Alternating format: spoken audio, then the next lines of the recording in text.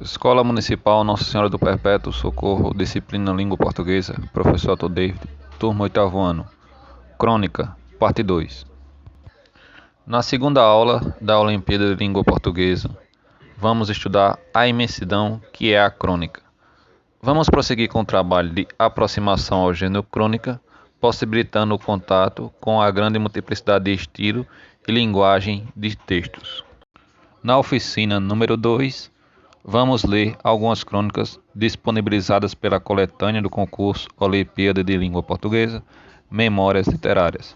São elas: Catadores de Tralhas e Sonhos, de Milton Raton, Regra para o Uso dos Bondes, Machado de Assis, e Face a Face, de Mário Viana. Catadores de Tralhas e Sonhos, Milton Raton.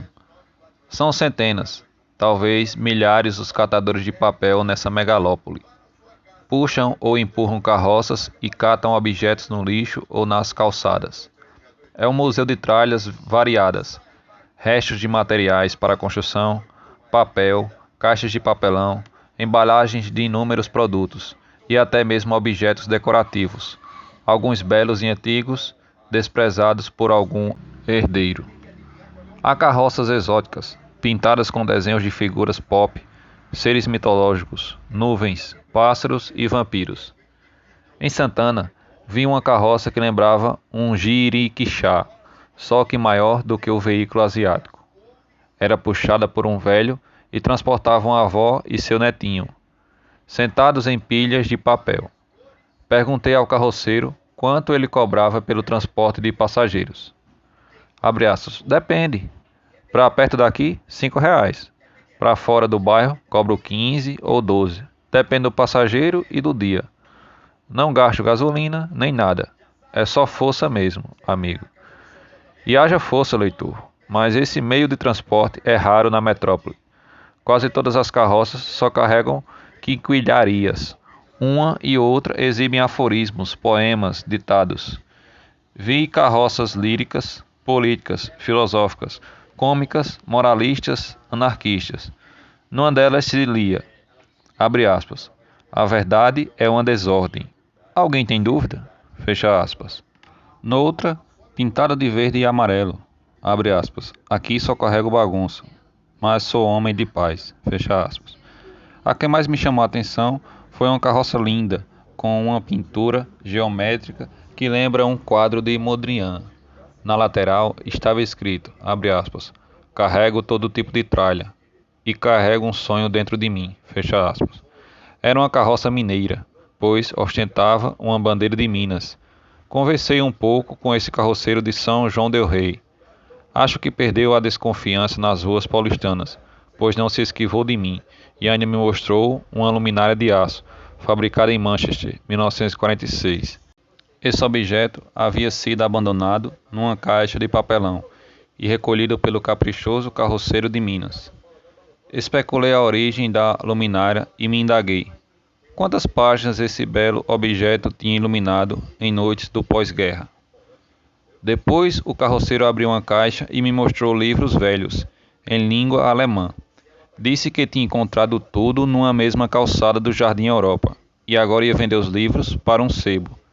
Ele me olhou e acrescentou, abre aspas, ando solto, não gosto de ser botado preso dentro de curral. A gente encontra cada coisa por aí, só não encontra o que a gente sonha, fecha aspas.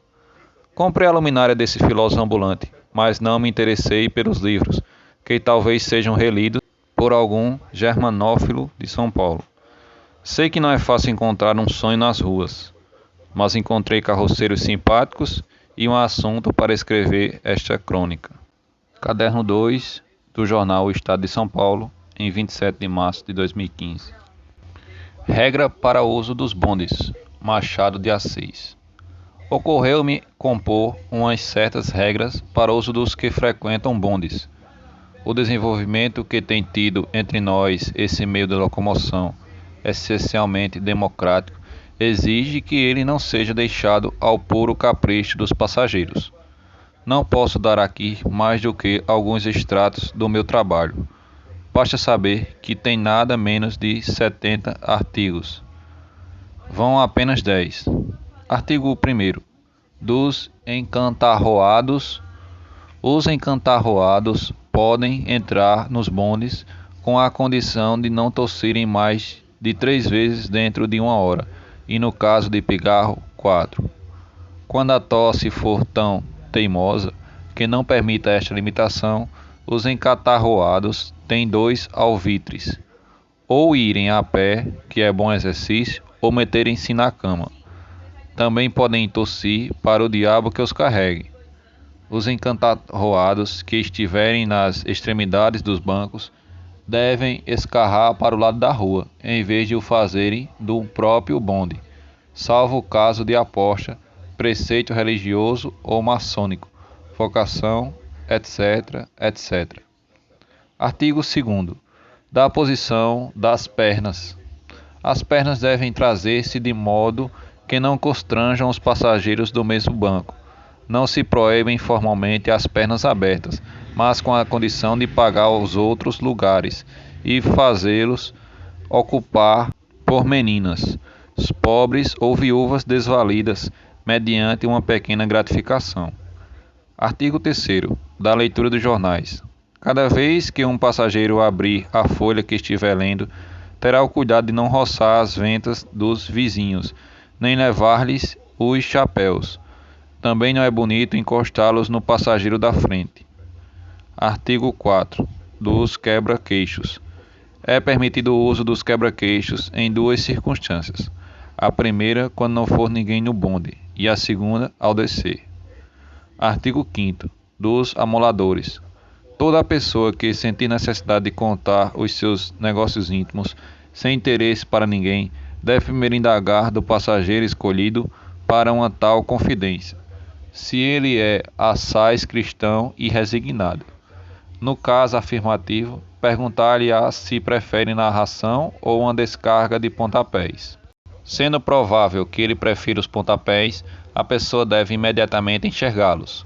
No caso, aliás extraordinário e quase absurdo, de que o passageiro prefira a narração, o proponente deve fazê-lo minuciosamente, carregando muito nas circunstâncias mais triviais, repetindo os ditos, pisando e repisando as coisas, de modo que o paciente jure aos seus deuses não cair em outra. Artigo 6º. Dos perdigotos. Reserva-se o banco da frente para a emissão dos perdigotos, salvo nas ocasiões em que a chuva obriga a mudar a posição do banco. Também podem emitir-se na plataforma de trás, indo o passageiro ao pé do condutor e a cara para a rua. Artigo 7º. Das conversas. Quando 2 pessoas sentadas à distância quiserem dizer alguma coisa em voz alta, terão cuidado de não gastar mais de 15 ou 20 palavras, e em todo caso, sem alusões maliciosas, principalmente se houver senhoras. Artigo 8º. Das pessoas com morrinha. As pessoas que tiverem morrinha podem participar dos bondes indiretamente, ficando na calçada e vendo-os passar de um lado para outro. Será melhor que morem em rua por onde eles passem, porque então podem vê-los mesmo da janela. Artigo 9º. Da passagem às senhoras. Quando alguma senhora entrar, o passageiro da ponta deve levantar-se e dar passagem, não só porque é incômodo para ele ficar sentado, apertando as pernas, como porque é uma grande má criação. Artigo 10º. Do pagamento. Quando o passageiro estiver ao pé de um conhecido e ao ouvir o condutor receber as passagens, notar que o conhecido procura o dinheiro com certa vagareza ou dificuldade, deve imediatamente pagar por ele. É evidente que, se ele quisesse pagar, teria tirado o dinheiro mais depressa. Publicado originalmente na Gazeta de Notícias, Rio de Janeiro, 4 de julho de 1883. Face a face. Mário Viana. Telefonar voltou à moda. Depois de uma temporada intensa de e-mails, posts, voice-e-mails, memes e emojis, a quarentena nos fez redescobrir o prazer de ver os amigos, nem que seja pelo distanciamento social da chamada de vídeo. Quando o rosto conhecido surge na telinha do celular, falando de verdade com você, é como se o novo mundo antigo se descortinasse. Chamadas de vídeo lembram as festas de Natal de nossa infância, na parte em que a madrinha chegava carregando um presente bem vistoso. Só depois de adultos é que fomos descobrir as arapucas ocultas em cada rabanada. Na infância, bastava um pacote embrulhado em papel colorido para a coisa ficar excitante. Em tempos de isolamento e rostos cobertos por máscaras, tem de haver um jeito de se sentir sócio do clube. A tecnologia tem dado conta do recado, com limites. Grupos de trabalho e debates, como os dos aplicativos Zoom e Team, são ótimos para resolver problemas e esclarecer dúvidas, mas não suprem nossa carência de humanidade.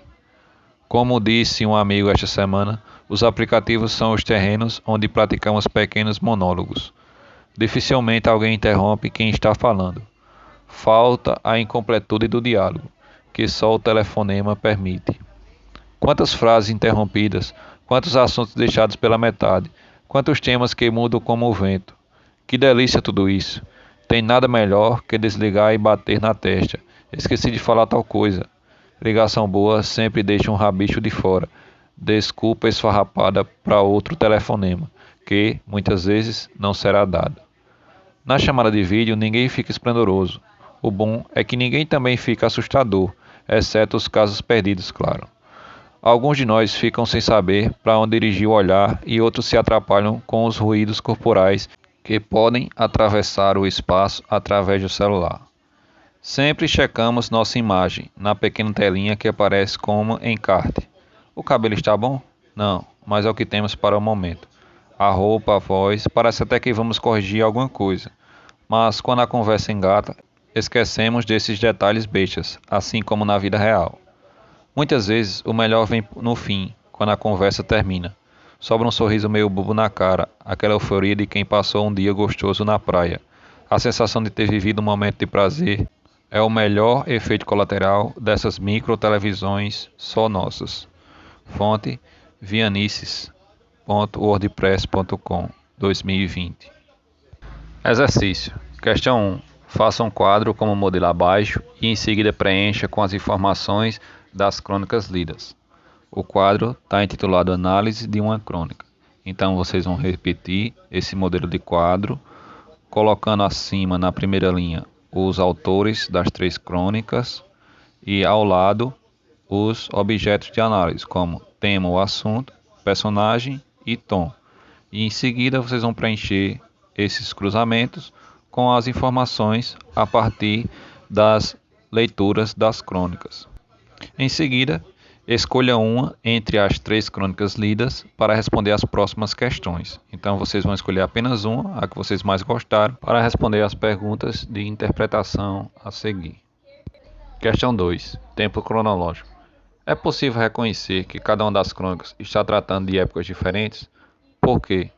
Então vocês vão observar se as crônicas estão tratando de épocas diferentes e quais são os indícios dessas épocas diferentes. Questão 3. Que sentimentos ou emoções a crônica nos despertou? Raiva, medo, alegria, impaciência, curiosidade, nostalgia, saudades. Então, quais desses sentimentos a crônica despertou ao ser lida? Questão 4. A linguagem era atual? Era de difícil compreensão? O que ou em que passagens as ideias e a narrativa não ficaram claras? Questão 5. Qual o assunto central da crônica? 6. Qual a personagem ou os personagens que aparecem na crônica? Como eles estão construídos no texto? Qual o olhar do cronista para eles? Então, como é trabalhado os personagens na crônica que você escolheu? Como estão os detalhes dele? 7. O autor fazia parte da situação narrada ou estava como observador de fora? Quais são as marcas no texto que possibilitam essa percepção? Então, o autor faz parte da narração ou ele é apenas um narrador observador que apenas descreve os fatos? Quais são as marcas textuais que vocês podem afirmar se ele é um narrador observador ou um narrador personagem? Por hoje é só, pessoal. Muito obrigado e até a próxima.